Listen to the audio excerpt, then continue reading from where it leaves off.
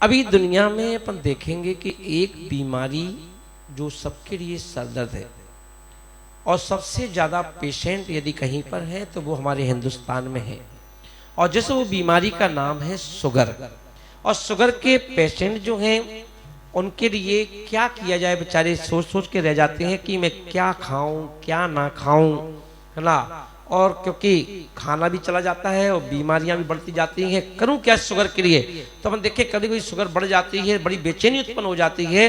तो मैं आज आप सबसे कहूंगा शुगर के लिए आपको करना क्या है। शुगर जल्दी से डाउन यदि करना है बिना किसी दवाई के, तो एक सस्ती दवाई कोई है तो वो है आपके घर में सब्जियों में यूज किए जाने वाली चीज जिसका नाम है हरा धनिया, जिसकी हम चटनी बनाते हैं।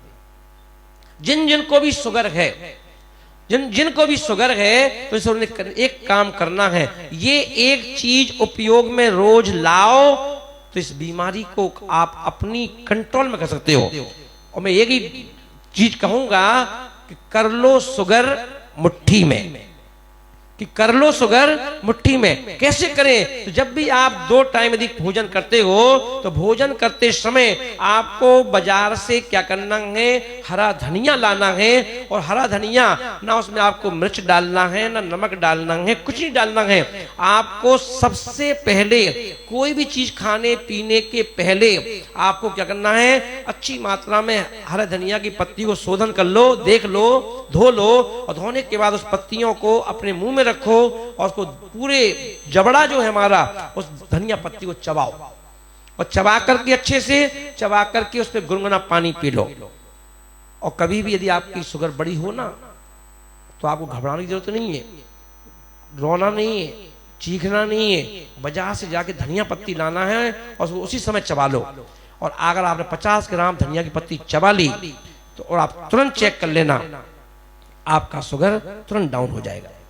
तो धनिया में वो तासीर है, धनिया, हरे धनिया में। इसलिए हर शुगर पेशेंट को खाना खाने के पहले कम से कम 50 ग्राम 20 ग्राम धनिया पत्ती चबाओ। और बीच बीच में खाना खाते समय भी रख लो बगल में एक प्लेट में, और बीच बीच में क्या करें, धनिया पत्ती को चबाते जाओ। तो आप देखेंगे आप शुगर पर विजय प्राप्त कर सकते हैं, है ना। और वहीं अपन देखें शरीर को थकाएं, क्योंकि शुगर की एक सबसे बड़ी दवाई है वो है शरीर से पसीना निकालो।